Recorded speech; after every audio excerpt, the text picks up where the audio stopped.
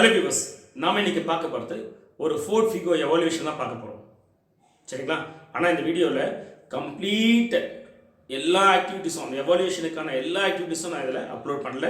செலக்டிவாக சில இன்ஃபர்மேஷன் மட்டும்தான், அதுவும் உங்களுக்கு எது ரொம்ப இம்பார்ட்டண்ட்டாக தேவைப்படுமோ அதை மட்டும்தான் அப்லோட் பண்ணியிருக்கேன். சரிங்களா? ரொம்ப டீட்டெயிலான எவாலுவேஷன் யாருக்காவது தேவைப்பட்டுச்சு அப்படின்னா ஏற்கனவே நான் ஃபோர்ட் ஃபிகோ எவாலுவேஷன் அப்லோட் பண்ணியிருக்கேன். பார்க்காதவங்க நான் மேலே லிங்க் கொடுக்குறேன், கிளிக் பண்ணி பார்த்துங்க. சரிங்களா? ஓகே. இந்த காரை எவாலுவேஷன் பண்ணுறதுக்கு இந்த கஸ்டமர் என்னை கூப்பிட்டு சொன்ன இன்ஃபர்மேஷன்ஸ் இதுதான். சார், வண்டி 80,000 கிலோமீட்டர்ஸ் ரன் ஆயிருக்கு, சிங்கிள் ஓனரு, இன்டீரியர் எக்ஸ்டீரியர் எல்லாமே பார்த்துட்டோம், நானும் என் மிஸ்ஸஸ் எல்லாரும் பார்த்துட்டோம். வண்டி சூப்பராக இருக்குது. ஸோ நீங்கள் ஒரு டைம் வந்து பார்த்துட்டு உங்களுடைய ஒப்பீனியன் சொன்னீங்கன்னா அந்த காரை வாங்கிப்பேன் அப்படின்னு சொல்லிட்டு தான் என்னை கால் பண்ணித்தார். நான் போயிட்டு காரை போய் பார்த்தேன். அஃப்கோர்ஸ் இன்டீரியர் எக்ஸ்டீரியர் எல்லாமே டீசெண்டாக தான் இருந்துச்சு. சரிங்களா?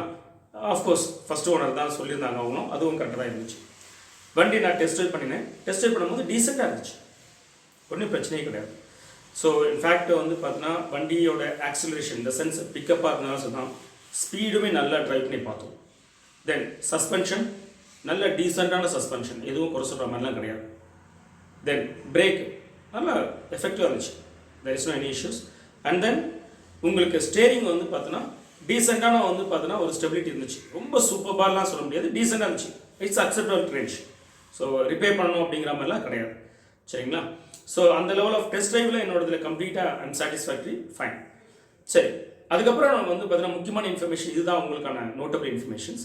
நான் அண்டர் சேஸ் செக் பண்ணி பார்க்குறச்சோம் ஆயில் லீக்கேஜஸ் இருக்குது. பர்டிகுலராக வந்து பார்த்தீங்கன்னா ஆயில் பேன்லேருந்து லீக்கேஜஸ் இருக்குது. And then steering, power steering இருக்கு இல்லையா, பவர் ஸ்டேரிங்கில் இருந்தும் ஆயில் லீக்கேஜஸ் இருக்குது.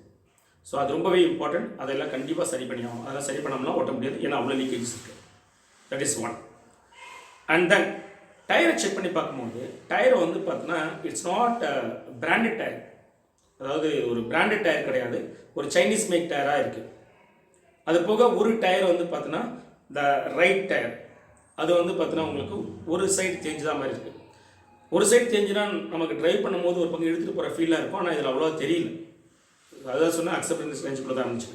த மோஸ்ட் இம்பார்ட்டன்ட் பாயிண்ட்ஸ்னால் இது சைனா டயருங்கிறது தான் பெரிய பிரச்சனை. சரிங்களா?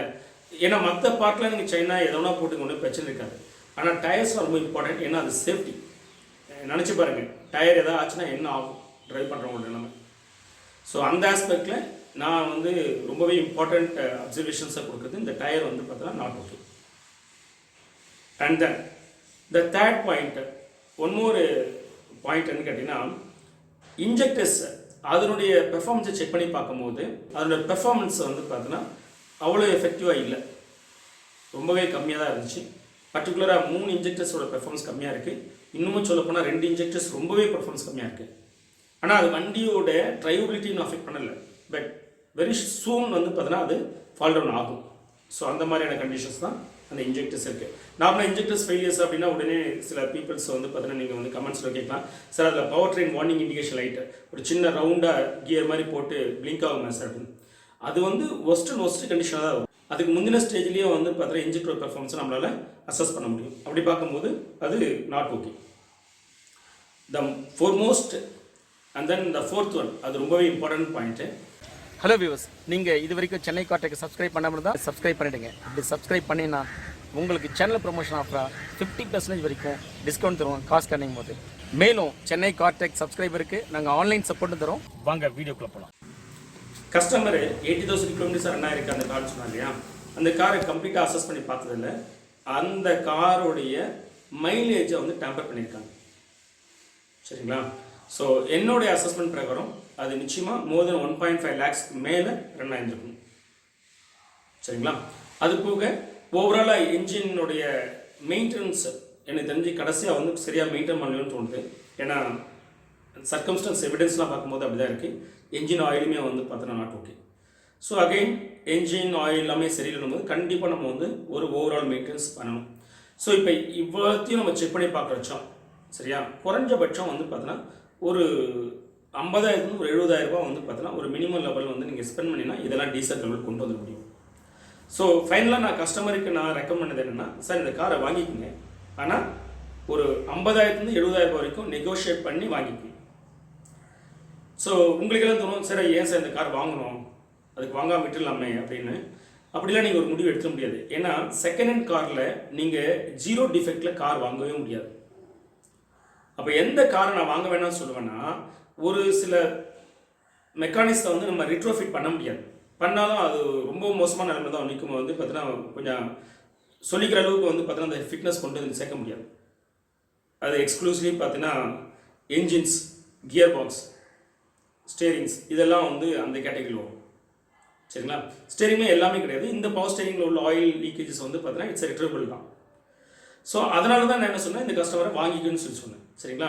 நீங்கள் இதெல்லாம் ஒவ்வொரு டிஃபெக்டிவ் பார்த்து நீங்கள் ரிஜெக்ட் பண்ணிங்கன்னா நீங்கள் செகண்ட் கார் ஒன்று கூட வாங்க முடியாது. செகண்ட் ஹேண்ட் கார் வாங்குறது ஒரு நல்ல டெசிஷன் தான். அது வந்து மறுக்க முடியாத ஒரு விஷயம். ஏன்னா உங்களுக்கு பிடிச்ச காரை உங்கள் பட்ஜெட்டில் வாங்க முடியாதவங்களுக்கு தான் இந்த செகண்ட் கார்.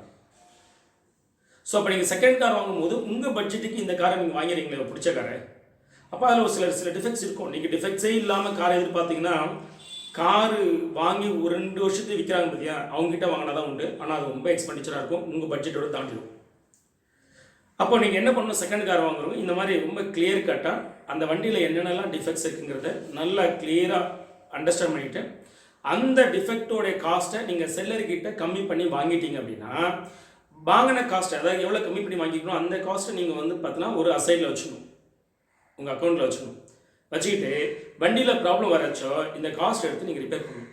அப்படி பண்ணிங்கன்னா உங்களுக்கு செகண்ட் காரில் உங்களுக்கு பிடிச்ச காரை ஓட்டுவீங்க. அது இல்லாமல் அடிக்கடி கம்ப்ளைண்ட் வருது, ரிப்பேர் வருது அப்படிங்கிற பிரச்சனை இருக்குது. ஏன்னா ஆல்ரெடி நோன் இஷ்யூஸ் தான்.